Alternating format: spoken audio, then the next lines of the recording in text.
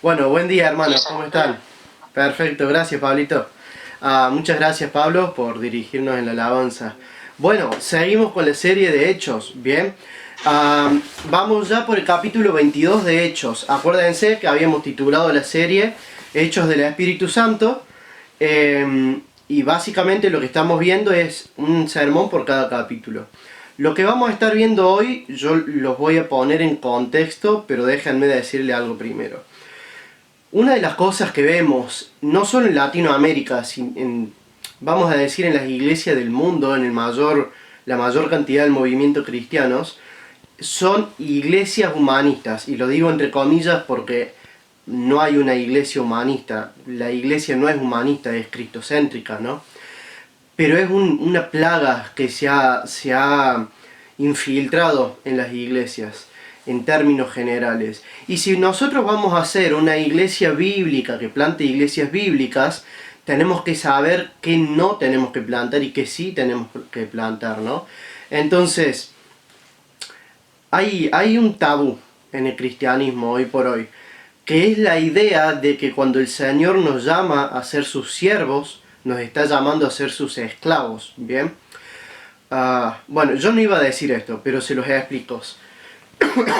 En el Nuevo Testamento hay dos palabras importantes que tienen que ver con esto que vamos a estar hablando hoy.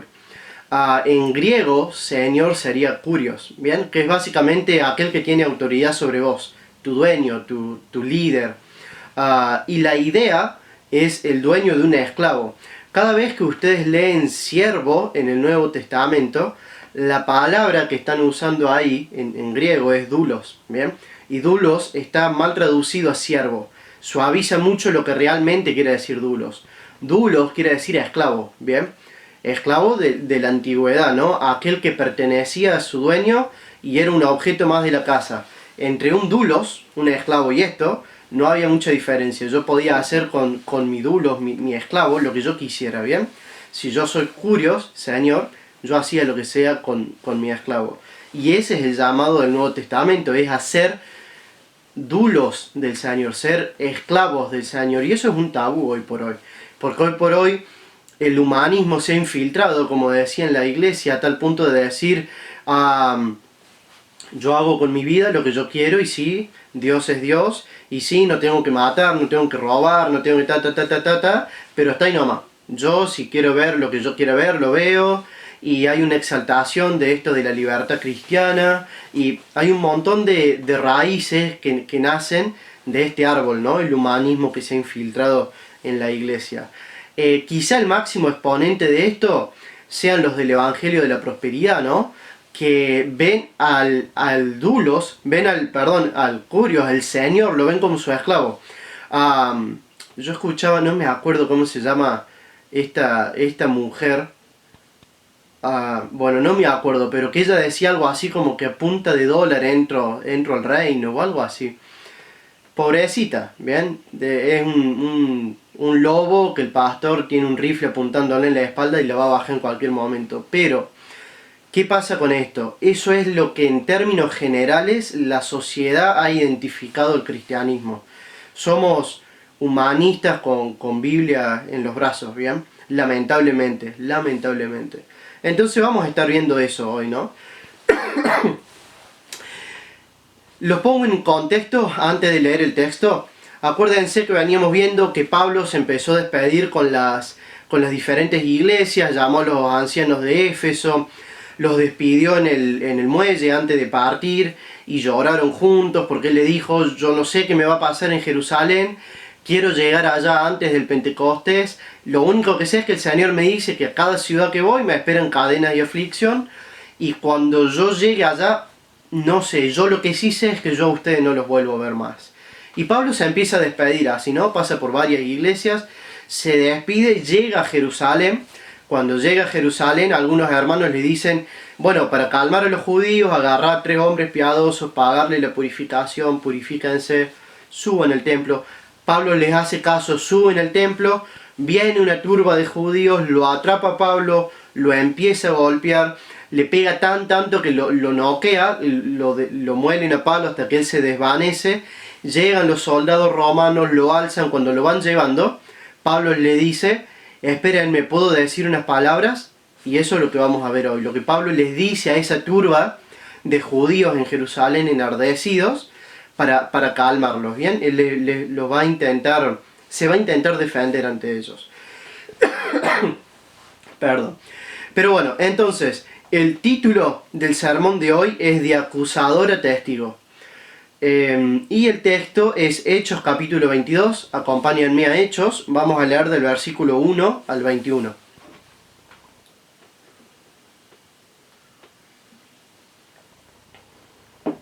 Bien.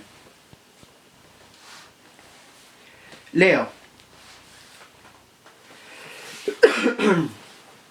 Acuérdense que es Pablo defendiéndose. Hermanos y padres, escuchad mi defensa que ahora presento ante vosotros.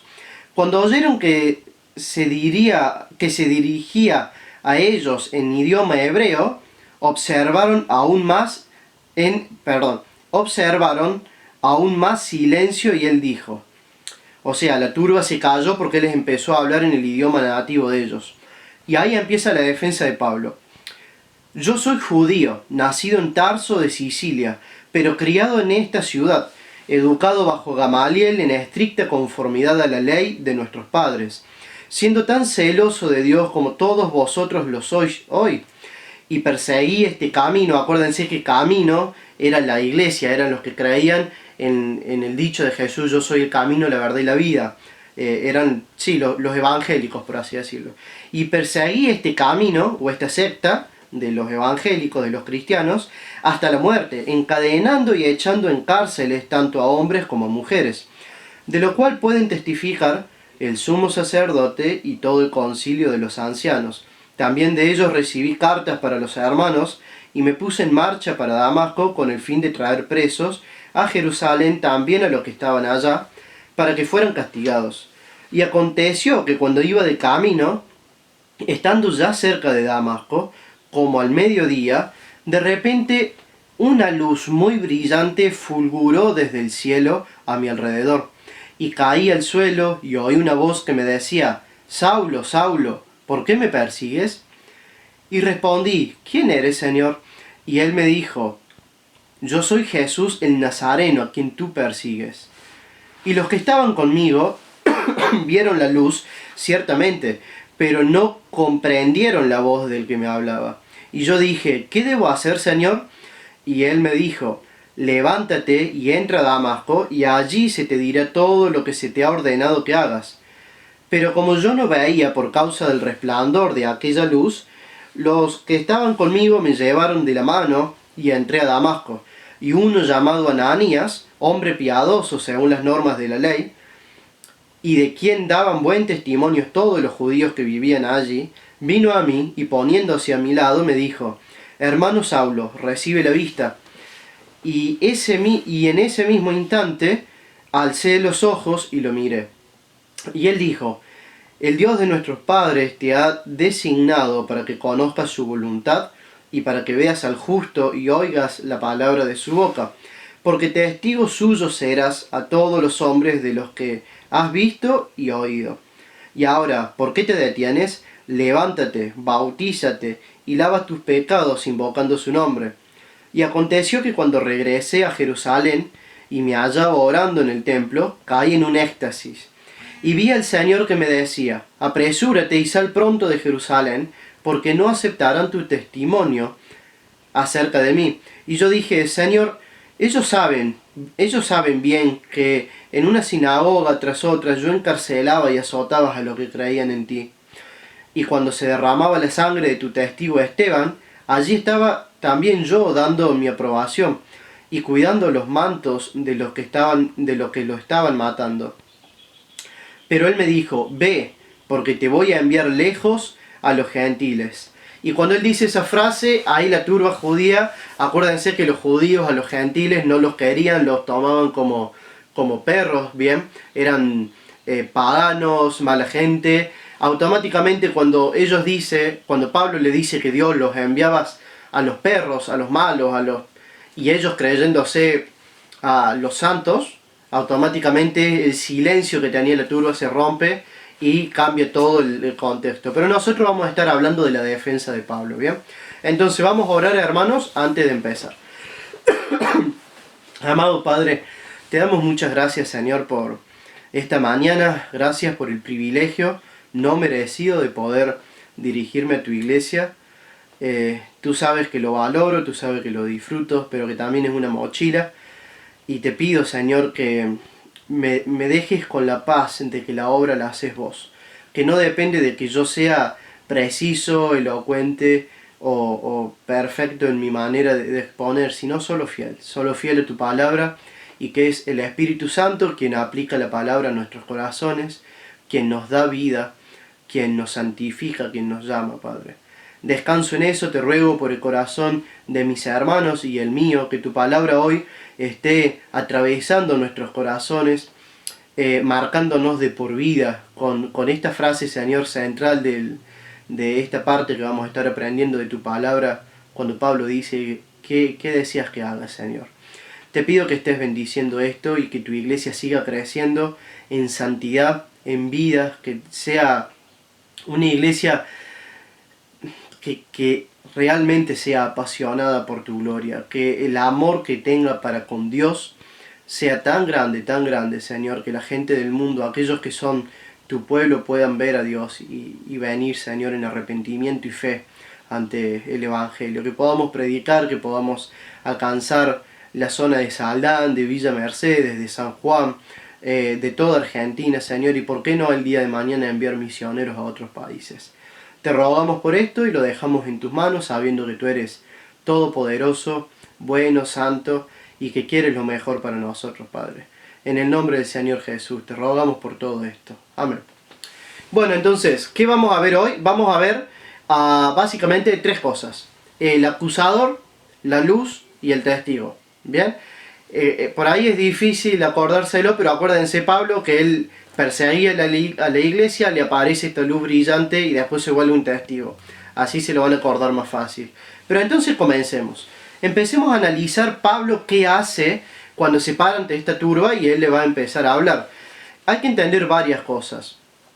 El primer punto, en el acusador o el humanista o el que no ha nacido de nuevo, hay que entender que esa persona podría ser como Pablo lo dice acá. ¿Quién era Pablo antes de conocer a Dios? Escuchen lo que era. Era una persona estudiada en teología, en la Biblia, conocía la Biblia. Dice en el versículo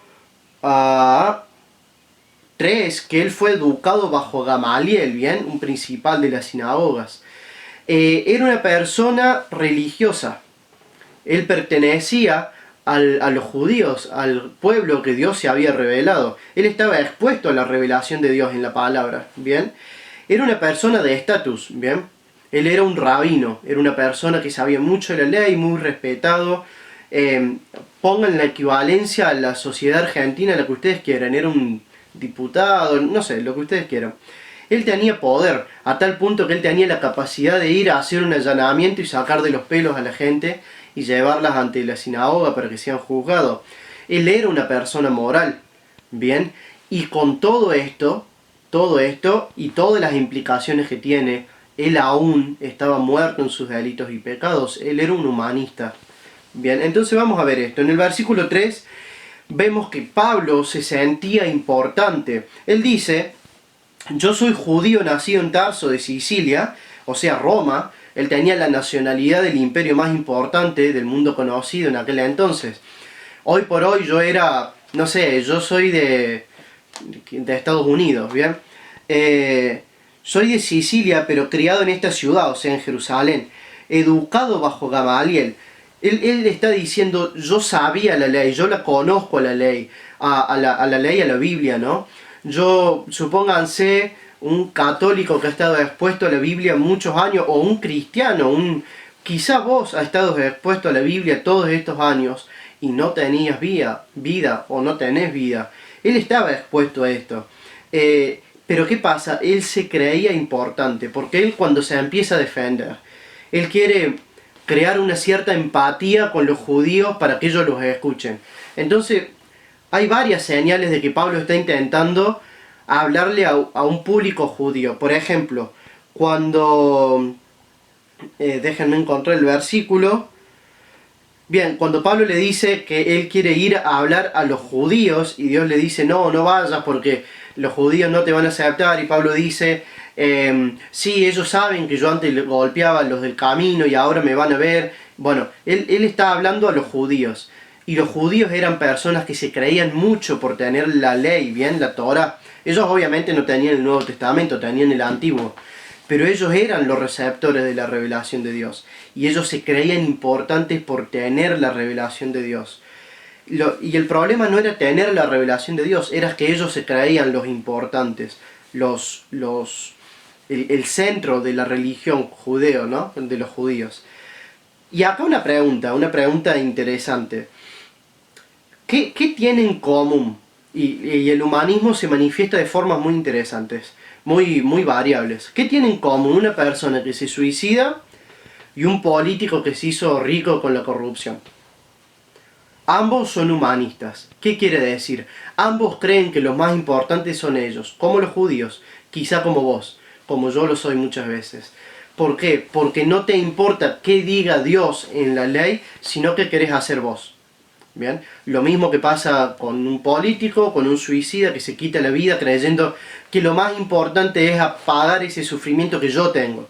El pensamiento del suicida es ese. Yo estoy harto de esta vida, yo voy a solucionar, yo. Ese artículo yo. ¿Bien? Un humanista. En las iglesias, hermanos, es una guerra constante con el humanismo. En las iglesias, si piensan en la Primera Guerra Mundial, en una iglesia bíblica está lo que en la Primera Guerra Mundial se llamaba Tierra de Nadie. Es ese lugar en donde en la Primera Guerra si vos te subías te mataban porque del otro lado había francotiradores, ametralladoras y demás. Ese lugar tan tenso en donde hay una guerra constante, una tensión constante, es la iglesia, en donde lucha el reino de Dios con el reino del hombre, o lo que el hombre intenta reinar, el humanismo, ¿bien? Entonces, la pregunta es, ¿sos un humanista? ¿Te crees el centro de la iglesia? ¿Te crees el centro de tu vida? ¿Te crees el que debe salir beneficiado de todas las decisiones que vos tomás? Es difícil. Otra cosa que veíamos de Pablo, que también le pasa al que no es creyente, es que él no entendía a Dios. En el versículo 3 dice, le está hablando a los judíos, le dice, siendo tan celoso de Dios como todos vosotros lo sois hoy. Pablo no está diciendo que todos los judíos a los que él le hablaba estaban en lo correcto. Para nada, lo que él le estaba diciendo es que yo antes creía que era celoso de Dios y por eso iba en contra de Dios. Le está diciendo, yo creía como ustedes que entendía a Dios, pero yo no lo entendía. A tal punto no lo entendía que yo me iba a matar gente que opinaba diferente a mí. Cuando Dios te dice en el segundo mandamiento, amarás a tu prójimo como a ti mismo. ¿Bien? Entonces los judíos habían llegado a tal punto de, al no ser creyentes, al ser humanistas, de tergiversar la Biblia a tal punto de que el pueblo judío era el pueblo judío. ¿Bien? Humanismo, otra manifestación de humanismo. Quizá hoy vos podés decir, no, como yo tengo 15 años de cristiano en la iglesia, yo soy cristiano. Y quizás no, hermano, quizás no. No importa cuánto tiempo vos tengas o hayas estado expuesto a la Biblia, hasta que la luz no llega a tu vida, no sos salvo, sos un humanismo disfrazado de no sé, sos un humanismo con una Biblia debajo del brazo. Bien, entonces, no entiende la ley de Dios. El que no es creyente no entiende la palabra. Y si usted tiene un tiempo de creyente, de cristiano, se va a dar cuenta. Usted se sienta a hablar o a leer la Biblia con alguien que no es cristiano y se va a dar cuenta que ellos no entienden. No lo entienden. Quizá pueden hacer algo así como interpretación del texto, como interpretarían el diario, pero no, el Espíritu Santo no les toca el corazón como nosotros. No hay un salto de obedecer a la Biblia. Si la Biblia me dice, ir por todo el mundo y hacer discípulos, predicando en el nombre del Padre, el Hijo y el Espíritu Santo, enseñando a hacer todo lo que yo lo he mandado, el que no es cristiano lo lee y dice, ah, sí, mirá, este tal Jesús, ta. Pero el cristiano siente un peso, lo entiende. Es Dios hablándole, te está mandando a predicar. ¿Bien? Entonces, el humanista, el que no es cristiano, no entiende la ley. Y guarda, hermanos, hay personas en la iglesia, y no hablo solo de la iglesia de Saldán, en todas las iglesias, que están cegados a ciertos textos. Y porque vienen de una formación humanista de toda la vida, simplemente han malinterpretado los textos y es como que guardan una carpeta de interpretación. Si la Biblia dice, no sé, la letra mata más el espíritu vivifica, por ejemplo, y a vos te dijeron que eso significaba que no hay que estudiar mucho la Biblia, automáticamente eso se te guardó en la memoria, ¿bien? Una interpretación totalmente humanista, no sana con la palabra. ¿Qué va a pasar? Es que esa persona va a reaccionar según lo que cree que dice la Biblia. Y la Biblia no dice eso. Entonces muchas personas, muchos hermanos inclusive, van a tener actitudes humanistas, o sea, que hagan a ellos al centro por una mala interpretación de la palabra. Y con amor, es tu responsabilidad, mi responsabilidad, ir y enseñarles. Entonces vemos que el humanista no entiende. También el humanista hace su voluntad, no se sujeta a lo que Dios le dice. El segundo mandamiento dice, amarás a tu prójimo como a ti mismo. Bien, eso es claro. No vas a atacar a tu prójimo, ¿bien? No lo atacas. Él tiene el mismo valor que vos. Éxodo 20, amarás a tu prójimo como a ti mismo. ¿Qué voy a hacer yo, Pablo, yo judío? Bien, me voy a ir a buscar a todos los que creen en el camino y los voy a traer para que los maten. ¿Bien?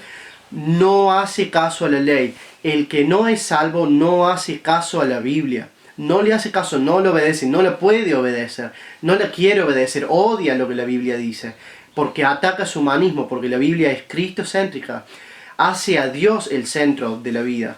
Entonces, vimos varias cosas del humanista, de cómo Pablo dice, así era yo era como ustedes, humanista, me creía mucho, creía que porque tenía la revelación de Dios, la Biblia, o sea, el Antiguo Testamento, porque teníamos el templo, porque teníamos, no sé, porque Dios habló con Abraham, nuestro padre, porque yo nací en el Imperio de Roma, soy teólogo con muchos años de estudio, Eso no sirve de nada lo que le va a decir Pablo. Y en el versículo 6, que nos lleva a nuestro segundo punto, vamos a ver cuando Pablo dice, esto fue lo que me cambió a mí. Versículo 6, vamos a ver que Pablo estaba huyendo de la verdad. Acuérdense, la verdad, la Biblia dice, amarás a tu prójimo como a ti mismo. Y Pablo estaba yendo a atacar al prójimo. ¿Qué estaba haciendo Pablo? Pecando, llevando una vida de pecado, a pesar de que estaba vestido como el gran sacerdote, el rabino. ¿Bien? ¿Por qué? Porque la Biblia te manda para acá y Pablo iba para allá, hacia Damasco, a atacar a los cristianos y a traerlos. Y hermanos, pudieran haber sido esas personas no cristianos, podrían haber sido, no sé, de cualquier otro imperio, de cualquier otra religión. Y él no está llamado a ir a atacar a las personas que tienen otra fe.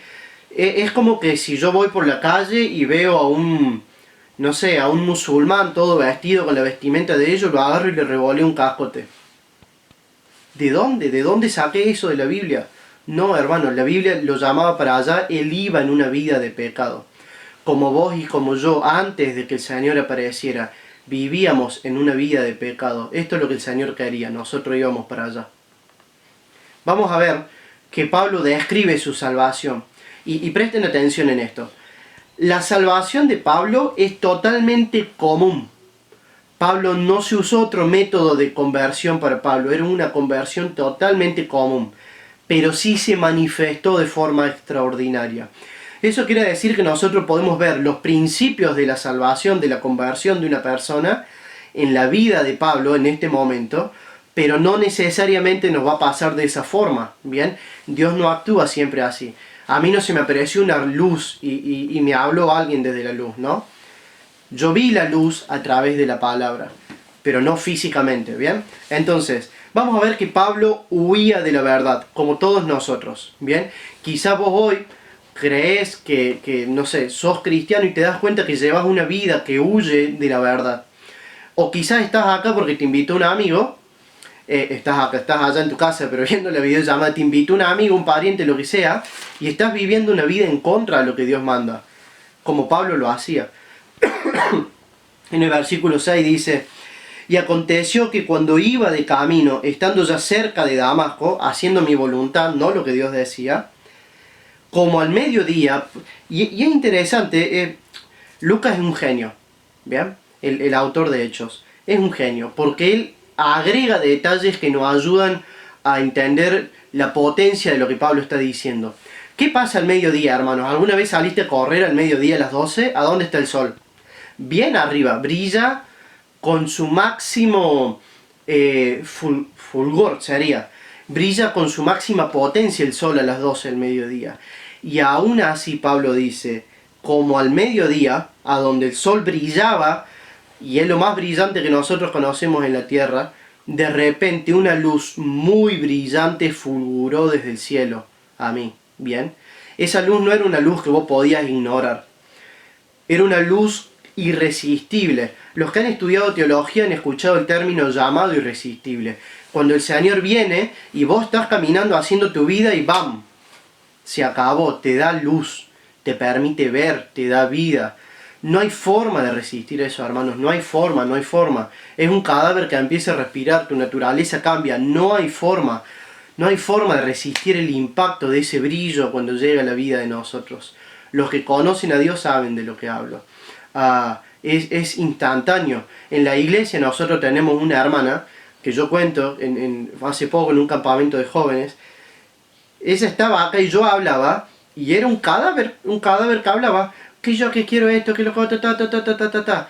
Me fui literalmente, hermanos, a la pileta, no sé cómo fue, yo no recuerdo bien los detalles, pero ella se convirtió y cuando volví era otro ser adentro del mismo cuerpo. Llegó la luz y ¡bam! La cambió. En ese camino hacia el pecado, una luz muy brillante llega a la vida de Pablo. Y era tan irresistible, que este rabino, todo respetable, con sus trajes, con sus leyes, con su poder, en el versículo 7 dice yo, el empoderado, el que podía ir y agarrar a los del camino, caía al suelo. Él es humillado automáticamente, llega la luz de Dios, ¡bam!, lo tira al suelo.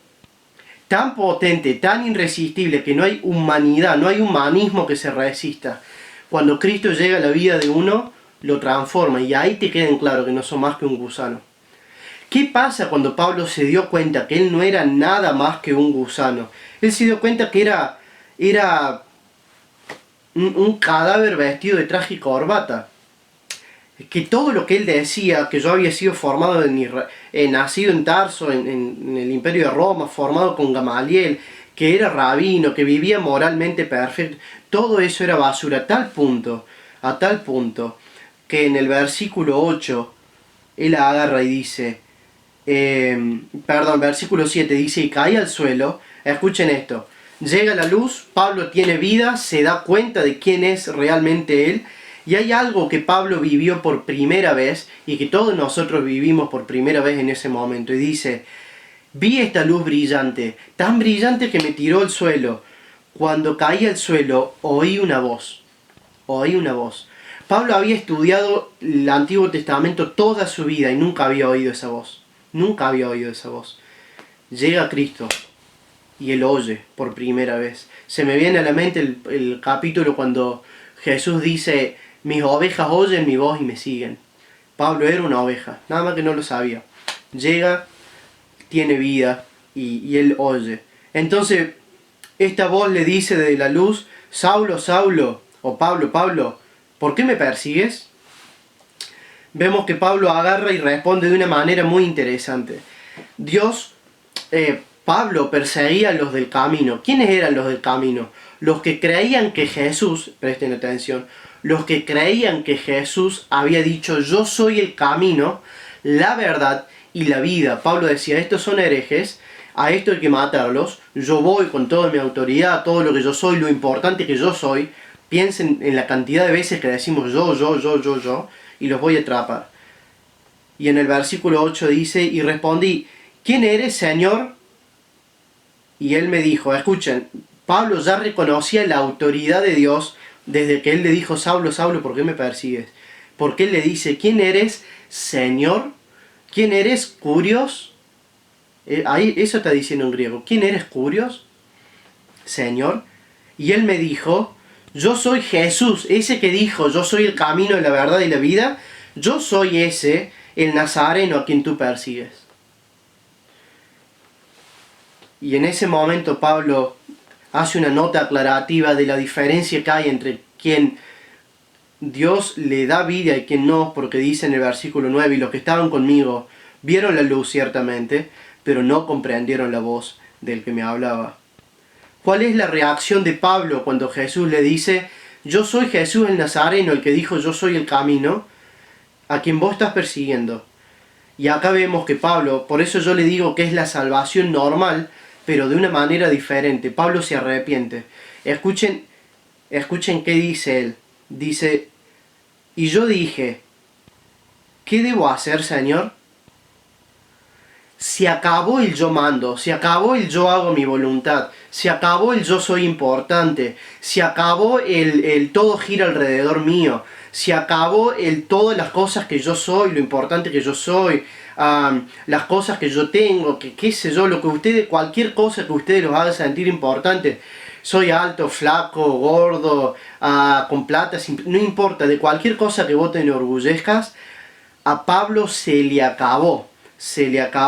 Y escuchen lo que él dice. Y yo dije, ¿qué debo hacer, Señor? ¿Qué debo hacer, Curios? Yo soy tu dulos, yo soy tu esclavo ahora. ¿Qué debo hacer? Automáticamente aquella persona que estaba yendo por su vida, siendo señor de su propia vida, llega el Evangelio, se va tu voluntad. Ahora no vivo yo, sino que Cristo vive en mí. Yo hago lo que Él dice. ¿Qué debo hacer, Señor? ¿Qué debo hacer, Rey? ¿Qué debo hacer, mi dueño? No sé de qué otra forma explicarlo sí, mi dueño. Yo te pertenezco. ¿Qué hubo en el corazón de Pablo? Salvación. Él se arrepintió y tuvo fe automáticamente. Nada más que de nuevo, está dicho de forma diferente. Y él dice, ¿quién eres, Señor? Chao humanismo. Hola cristianismo. Él se convierte en esclavo y automáticamente el Señor le dice, levántate y entra a Damasco y allí se te dirá todo lo que se te ha ordenado. Lo que nos lleva a nuestro tercer punto o ítems. Y es que aquel que era un acusador, un perseguidor, un humanista, se ha convertido en un testigo. ¿Bien? Que es el que tiene vida. Pablo ahora ya tiene vida. Tenemos que entender, hermanos, que cuando el Señor viene y nos salva, Él nos salva con un propósito.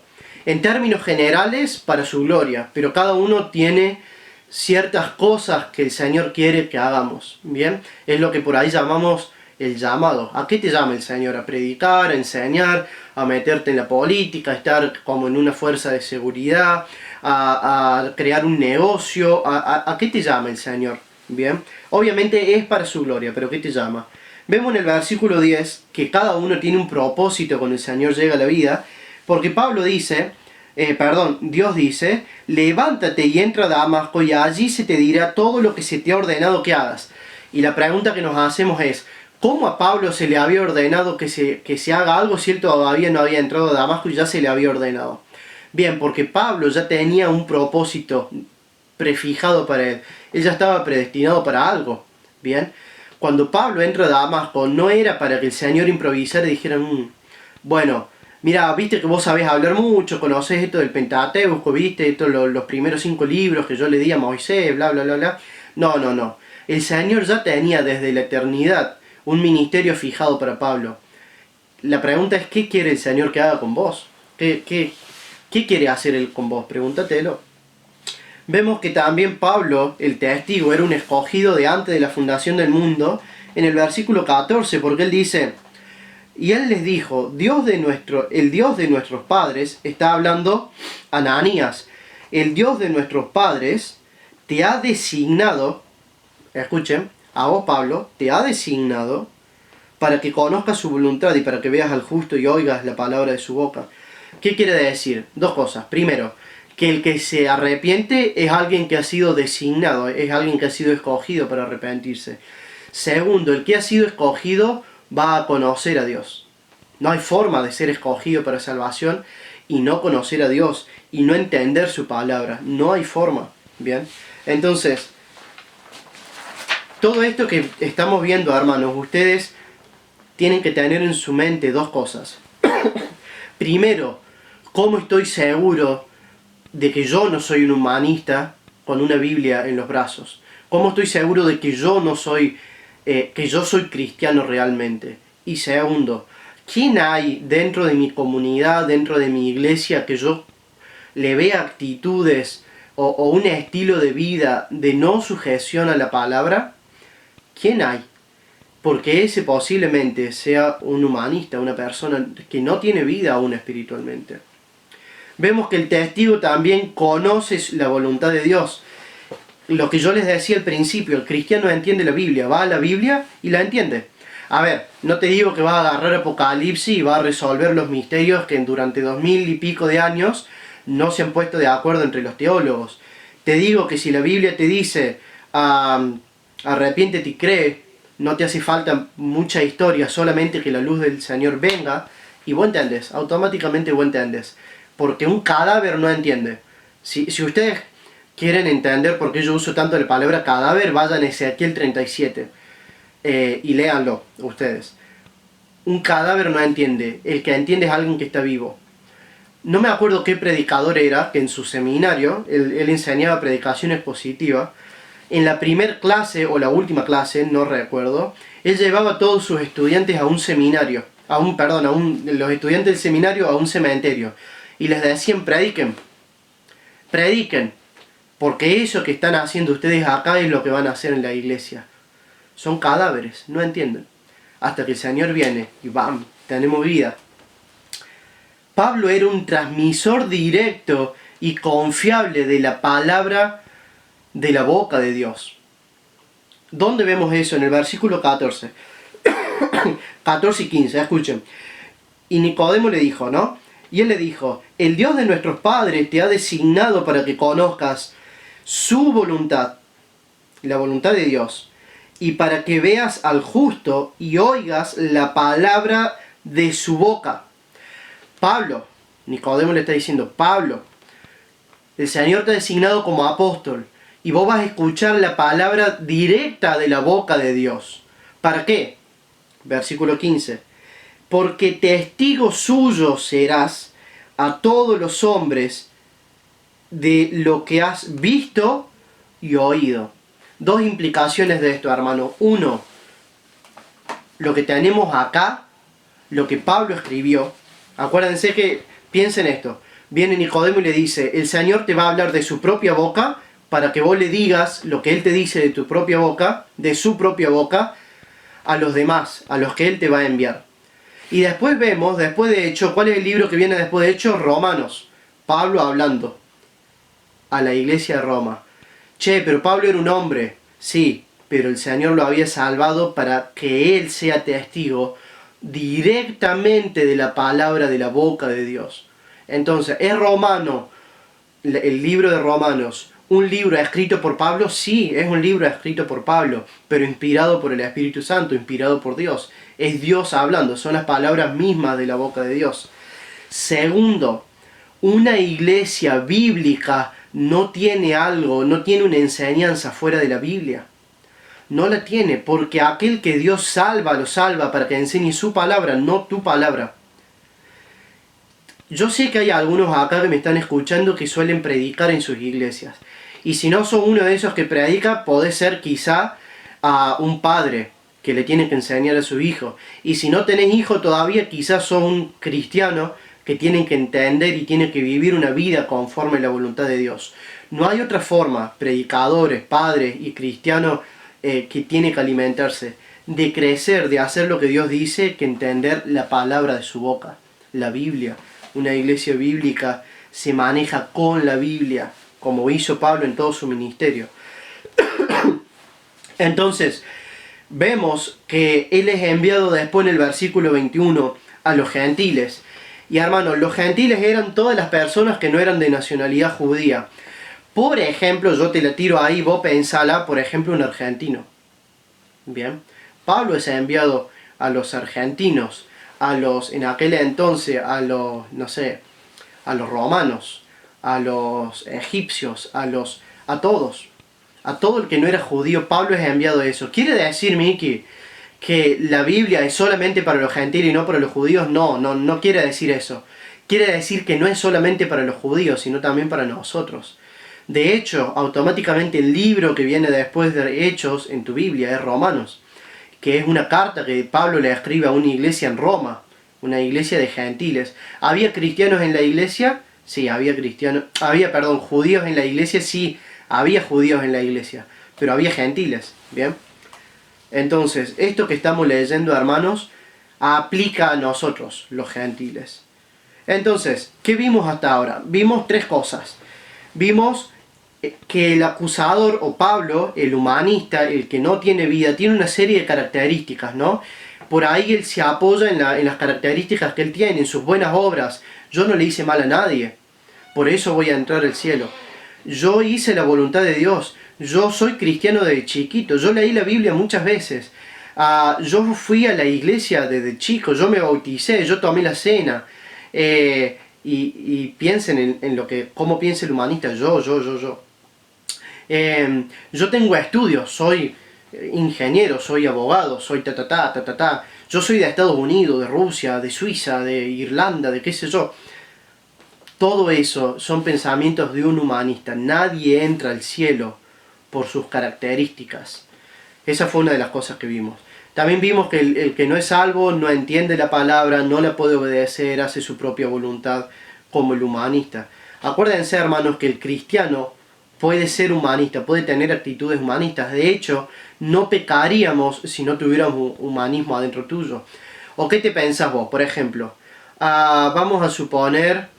Voy a dar una ilustración para los hermanos y una para las hermanas. Hermanos, vamos por la calle y pasa una mujer muy bonita, ¿no?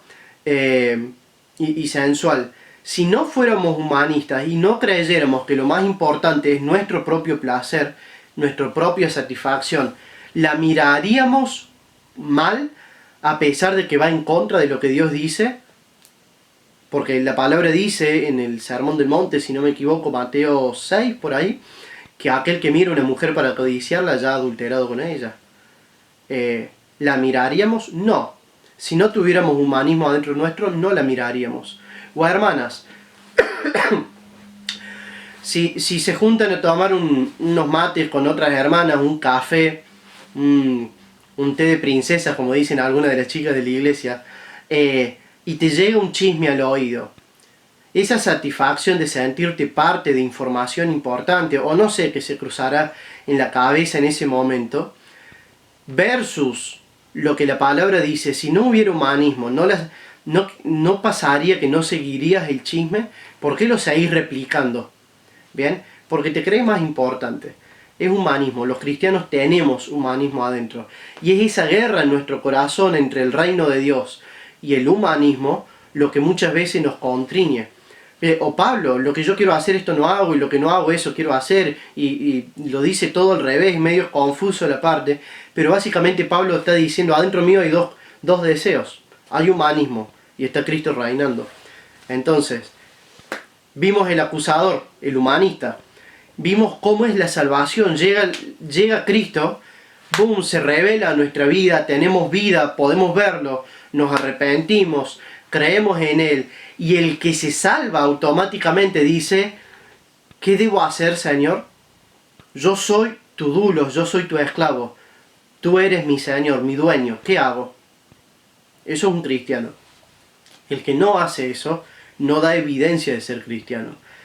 Pablo no, en los evangelios cuando Jesús está hablando y dice que venían y estos aparentes discípulos y le decían, Señor, pero en tu nombre echamos fuera demonios, hicimos milagros, y Dios le dice, apartados de mí, hacedores de maldad, yo nunca los conocí. Bien, estas personas que se creen cristianos pero no lo son. Y por último, el testigo. El que es salvo porque fue un escogido. Fue un escogido para conocer la voluntad de Dios y para que esa voluntad de Dios que él conoció la dé a conocer a otros, ser un testigo.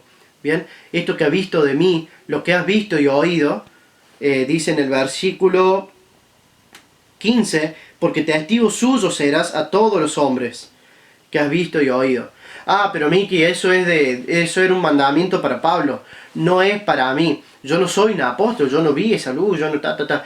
Bueno, si vos querés convencerte con otro texto, anda a Mateo 28, ¿bien? Id y haced discípulos en toda la tierra, bautizándolo en el nombre del Padre, y del Hijo y del Espíritu Santo, y enseñándoles a hacer todo lo que yo les he mandado. ¿Qué les he mandado? Bueno, lo mismo que dice acá, hacer la voluntad, para que conozcan la voluntad, y para los hombres, para que le cuente todos los que ha visto y oído, ¿bien? Entonces, ¿y cómo aplicamos esto a nuestra vida? ¿Cómo esto impacta en nuestros corazones? Bueno, vamos a las aplicaciones. Ya para ir terminando, no termino ya, pero ya estamos en el último punto, ¿bien? Bueno, entonces, pregunta clave, hermanos y amigos. ¿Estás seguro de que conoces al Dios de la Biblia y no un Dios que vos te habías imaginado? Un Dios como el que Pablo tenía en mente, que él le mandaba a Dios.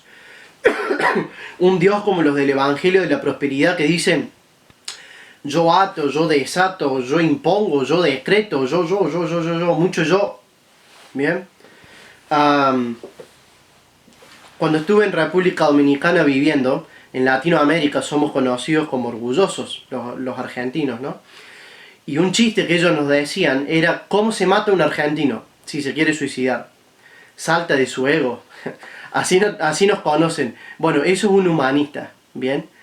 Eso es un humanista. Todo es yo. Yo. Si yo no tengo autoridad, eso está mal. Si yo no resalto, eso está mal.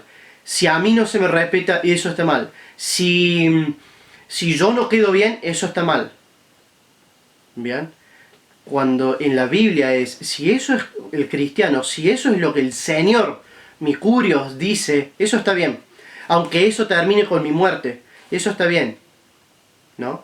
Es la actitud de los apóstoles. Por ejemplo, si Esteban hubiera sido un humanista, se hubiera dejado pedrear y se hubiera mantenido fiel en la fe, si lo más importante hubiera sido él y no su Señor, no se hubiera mantenido fiel. La integridad, hermanos, es directamente proporcional al reino de Dios en tu corazón. Y es inversamente proporcional, o sea, va en contraposición a la cantidad de yo que tengas adentro de tu corazón. Porque en lo que vos mandes en tu corazón, vas a pecar. Bien, entonces, uno, ¿estás seguro de que conoces al Dios de la Biblia? Acordate de que estar expuesto a la Biblia, a la religión, las buenas obras, buenos estudios, una buena familia, un buen apellido, una buena nacionalidad, no te hace más, hermano, o amigo, no te hace más que un cadáver vestido de traje y corbata, un sepulcro blanqueado, les decía Jesús a los fariseos. Y acá quiero que vayamos a un texto, porque vos me podés decir: Miki, vos sabés que yo creo que posiblemente yo sea uno de esos cadáveres blanqueados, un cadáver con traje y corbata, un gusano con la Biblia abajo el brazo. ¿Qué me hace falta? ¿Qué hago, Señor? No yo, sino ¿qué hago, Señor, en la Biblia? ¿Qué hago? Quizá el Señor te está tocando ahora. Bueno, arrepentite.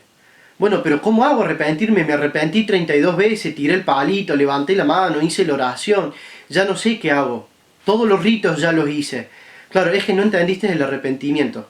El arrepentimiento te lo voy a explicar de una forma más profunda. No yo, sino Dios. Vamos a Joel. Búsquenlo a Joel. Es un libro re difícil de encontrar si no sos ducho en el Antiguo Testamento. Está después de Oseas, y ahí te digo, antes de Amós. Y Amós está antes de Abdías, antes de Jonás. Bueno, búsquenlo por ahí. Vamos a Joel capítulo 2, versículo 12 al 13, en donde el profeta Joel va a describir cómo se ve el corazón de alguien que se arrepiente. ¿Qué estaba pasando en el corazón de Pablo cuando él cae al suelo, después de que esta luz se le aparece, Cristo se le aparece, se le manifiesta en su gloria y le dice: ¿por qué me persigues? ¿Qué pasó en el corazón de Pablo cuando él recibió vida y él pudo oír a Dios y lo reconoció y le dice, yo soy el camino al que vos estás persiguiendo. Versículo 12. Estoy en Joel capítulo 2, versículo 12. Leo. Aún ahora, declara el Señor, declara el Curios, volved a mí de todo corazón. Esto es arrepentimiento, hermanos. Volved a mí de todo corazón, con ayuno, llanto y lamento. Rasgad vuestros corazones y no vuestros vestidos. Hermanos, el arrepentimiento es algo que pasa acá adentro. No es tirar un palito a un fogón, no es levantar la mano, no es pasar al frente cuando llaman a alguien que dice, ¿querés ir al cielo con calles de oro o al infierno quemarte por la eternidad? No, no es eso. Es rasgar tu corazón. No tus vestidos, no lo de afuera. Volved ahora al Señor vuestro Dios, porque Él es compasivo y clemente, lento para la ira, abundante en misericordia, y se arrepiente de infligir el mal. Hermanos, el arrepentimiento es algo que pasa en el corazón. Pregúntatelo sinceramente, yo lo he estado haciendo, preparando la predicación. ¿Soy realmente un testigo de Dios, un discípulo de Dios? ¿Soy realmente su hijo? ¿O soy un cadáver vestido de traje y corbata? Si sos cristiano y creías que hay cosas en las que vos mandás en tu vida todavía, estás en pecado, hermano. Tenés que arrepentirte. No hay nada en la que vos tengas autoridad en tu propia vida. Ya no te perteneces a vos mismo, tu vida pertenece al Señor. Esto es un llamado, lo que yo estoy haciendo hoy, que Dios hizo a mí y Dios te lo hace a vos, a que entiendas que sos su esclavo. No me importa si lo que tenés que decidir que es correcto te lastima, te da miedo, te preocupa. Sos un esclavo, hacele caso a tu Señor. Si no, me estás dando testimonio a mí de que vos no sos un dulos, un siervo, un hijo de Dios.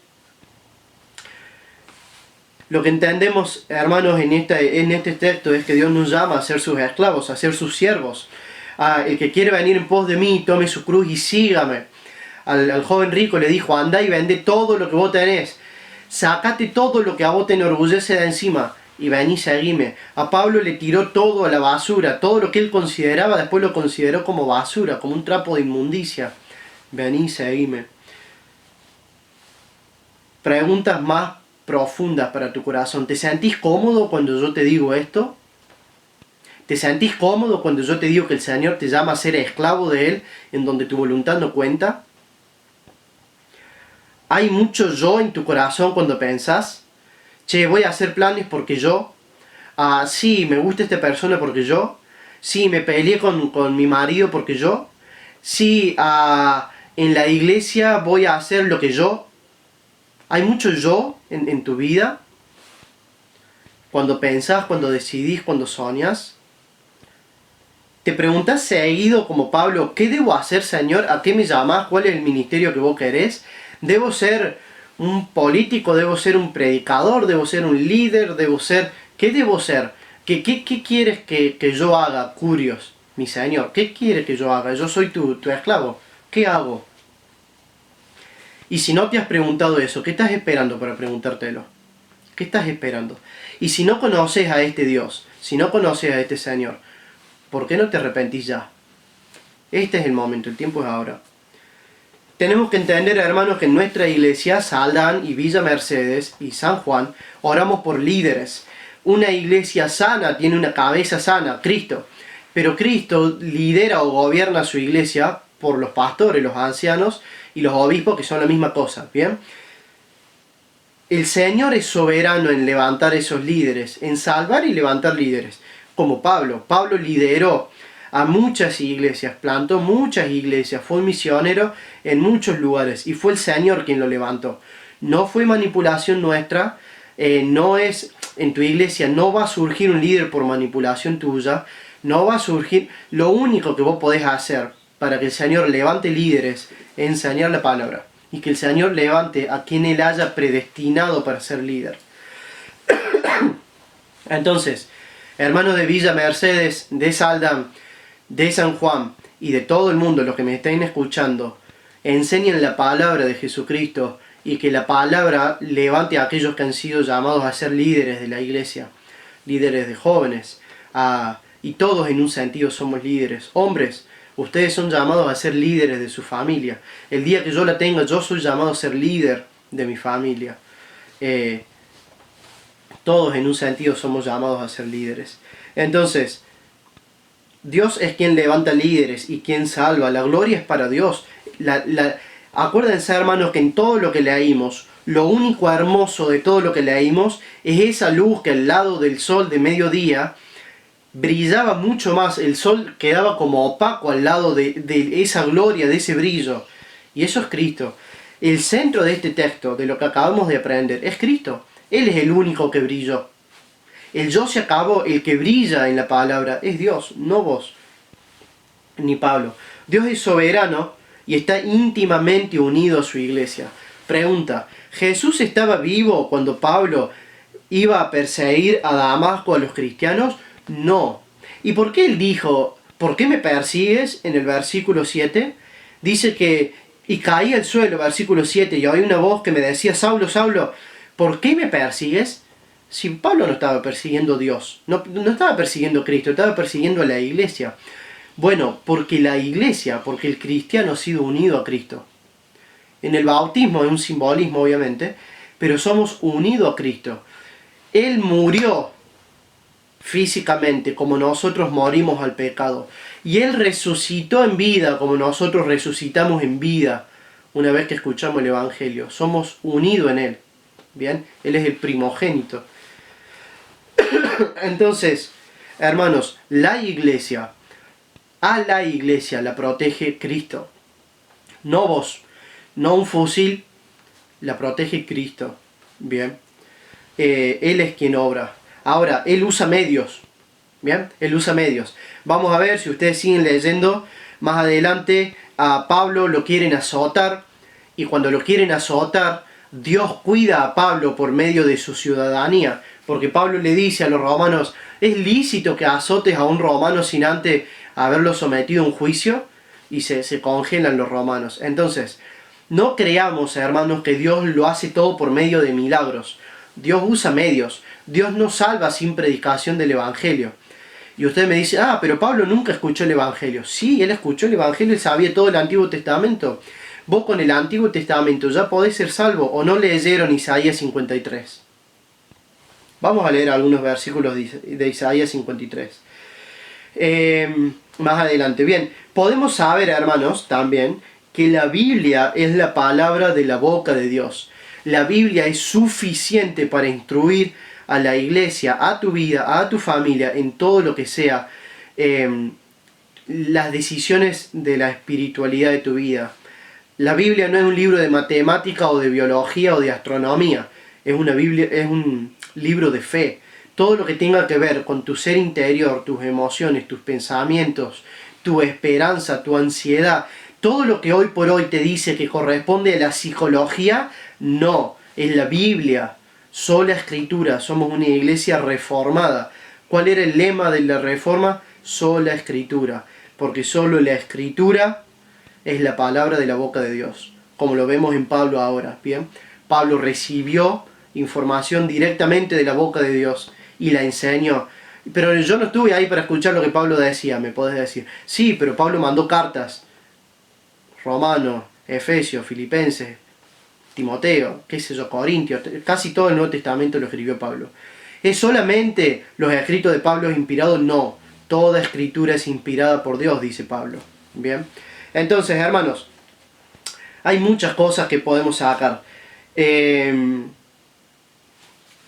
Quiero leer antes de terminar, para cerrar el tema de Isaías 53. Vamos a Isaías 53 para que ustedes entiendan que Pablo sí había escuchado el Evangelio, para que no crean en ningún momento que hay alguien que se puede llegar a salvar sin escuchar el Evangelio. Voy a leer Isaías 53, versículos 6 al 7, y después del 9 al 10, para que ustedes piensen en si Cristo no es el sujeto de esto. O sea, si este texto de Isaías, el profeta, no está hablando de Cristo. Todos nosotros nos descarriamos, estoy en el versículo 6, nos descarriamos como ovejas, nos apartamos cada cual por su camino. pero el Señor hizo que cayera sobre él la iniquidad de todos nosotros. Fue oprimido y afligido, pero no abrió su boca, como cordero que es llevado al matadero, y como oveja que ante sus trasquiladores permanece muda, no abrió él su boca. En algún momento Jesús se quejó, una vez que empezó la crucifixión. ¿No fue en Romanos 3:25 que Dios deja en claro que agradó a Dios, a Dios Padre, demostrar su justicia sobre su Hijo? Fue callado como un cordero a la cruz, y cuando se le requirió que se defendiera, él no habló. Versículo 9. Se dispuso con los impíos su sepultura, pero con el rico fue en su muerte, aunque no había hecho violencia, ni había engaño en su boca. ¿Se acuerdan que Jesús es sepultado en una tumba que había comprado un hermano rico? Bien. Pero quiso el Señor quebrantarle, sometiéndole a padecimiento, cuando Él se entregue a sí mismo como ofrenda de expiación para su descendencia. Prolongará sus días y la voluntad del Señor en su mano prosperará. Hermanos, Cristo está en todo el Antiguo Testamento. Pablo había escuchado el Evangelio. Cuando Jesús vino y le dijo, yo soy el que vos perseguís, él dice automáticamente, yo soy tu esclavo, yo soy tu dulos. Termino con estas dos frases, hermanos. Quédate con esto en tu mente y acordate de Hechos capítulos 22 y esto. Dios no bendice a una iglesia humanista, si es que podemos decir iglesia humanista, ¿bien? No creo que haya una iglesia bíblica que sea humanista, pero Dios no bendice a una iglesia en donde el hombre sea el centro. 2. La iglesia sana es una comunidad de esclavos que constantemente se pregunta, ¿qué debo hacer, Señor? ¿Qué quieres que yo haga? ¿Para qué me salvaste? ¿Qué hago? Somos una comunidad de esclavos, no de señores, hermanos. Y si hay alguien en nuestra iglesia que se crea señor de su propia vida y empiece a vivir con humanismo, es nuestro llamado ir y reprenderlo. Como yo lo estoy haciendo con vos, si te has dado cuenta. En este momento de que vos sos el señor de tu propia vida, arrepentite, vení el Señor en arrepentimiento. Acordate de Joel capítulo 2. Andá y léelo, medítalo. ¿Realmente te has arrepentido? Para eso está la disciplina en la iglesia. Entonces, bueno, hermanos, oremos para terminar y que el Señor nos deje a lo largo de la vida digerir todo lo que hemos visto hoy, porque es mucho, es mucho.